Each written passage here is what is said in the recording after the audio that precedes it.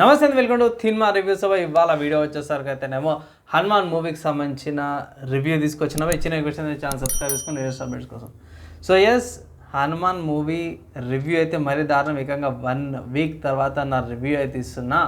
మీరు అనుకోవచ్చు ఏందని ఇంత లేట్ అన్నా అంటే, భయ్ మీకు అందరు తెలిసిందే, లైన్గా పబ్లిక్ టాక్స్ వచ్చినాయన్నమాట. 4 మూవీస్ కవర్ చేయాలా, ఆన్ గ్రౌండ్ పోయి కవర్ చేయాలి, ఎడిటింగ్ చేయాలి, మళ్ళీ అప్లోడ్ చేయాలి. పైగా దాని తర్వాత ఫెస్టివల్ ఉండే, దాని తర్వాత పర్సనల్ వర్క్స్ ఉండే కాబట్టి కొంచెంగా చాలా ఒక 1 వీక్ డిలే అయిపోయింది, ఏమనుకోకండి.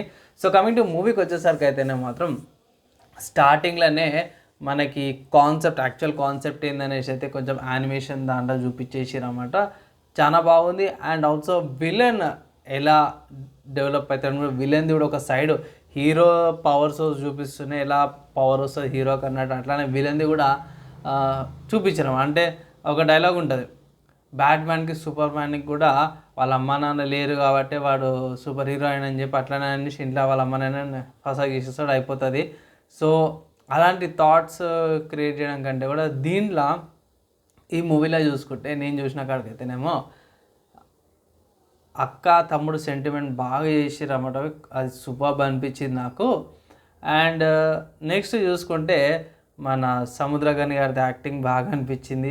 ఎండింగ్ ట్విస్ట్ మాత్రం సూపర్బ్ అనమాట. నెక్స్ట్ కమింగ్ టు ఇక్కడ క్యారెక్టరైజేషన్ కానీ, క్యారెక్టర్స్కి ఎలా పవర్స్ దొరుకుతాయి, ఎలా రెస్క్యూ చేస్తాడు, అది నార్మల్గా మెల్లమెల్లగా మనకి మూవీ మూవీలోకి వెళ్ళే కొద్దికి మనకు అర్థమవుతుంటుంది అన్నమాట. సో నెక్స్ట్ మనీ వస్తుంది కదా, చాలా మటుకు రుధిరం మనీ అనేసి మన సముద్రగని గారు అంటారు, ఒక డైలాగ్ వస్తుంది. యాక్చువల్ ఏంటంటే డైరెక్టర్ ఎవరైతే ఉన్నారు ప్రశాంత్ వర్మ గారు బాగానే చూపించారు. యాక్చువల్లీ రుధిరం అనే మనీ అవుతుందో, రుధిరం అనేది బ్లడ్కి సంస్కృతం వర్డ్ అనమాట. సో అది ఒక పాయింట్ యాడ్ చేయాలనుకున్నాను. సో కరెక్ట్ వర్డ్ అయితే తీసుకొచ్చిరన్నమాట. అంటే బ్లడ్ జెమ్ అనేసి, లేకపోతే రుద్రం అనేసి.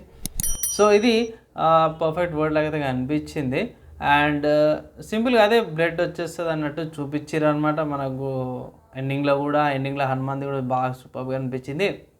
ఇంకా మిగతా ఆస్పెక్ట్ చూసుకుంటే మాత్రం విలన్ దగ్గర కొన్నిట్లా డిసప్పాయింట్మెంట్ అనిపించింది. వెన్నెల కిషోర్ యాజ్ ఎ సైంటిస్ట్ లాగా కొంచెం డిసప్పాయింట్ అనిపించింది భయ్, కానీ బాగానే చేసింది ఆ రోల్కి, సైకోయిజంకి. ఎందుకంటే మామూలుగా ఇట్లాంటి మూవీస్లో సైంటిస్టులు కానీ గ్యాడ్జెట్స్ కానీ తయారు చేసే వాళ్ళు కొంచెం సైకోలాగానే కొంచెం సైన్స్ అదన్నీ పిచ్చిపట్టినట్టు ఉంటారు.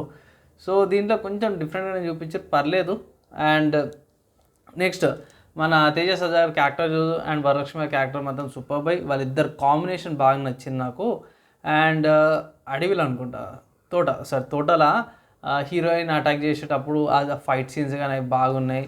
నెక్స్ట్ అవి దాని తర్వాత ఎలివేషన్ షాట్స్, మనకి పవర్స్ వచ్చినాక పవర్ ఎలా వస్తుంది, అండ్ ఇట్లా కన్ను లోపల ఆ ఎఫెక్టు, మిగతా వేఫెక్ట్ షాట్స్ అవన్నీ కూడా బాగున్నాయి.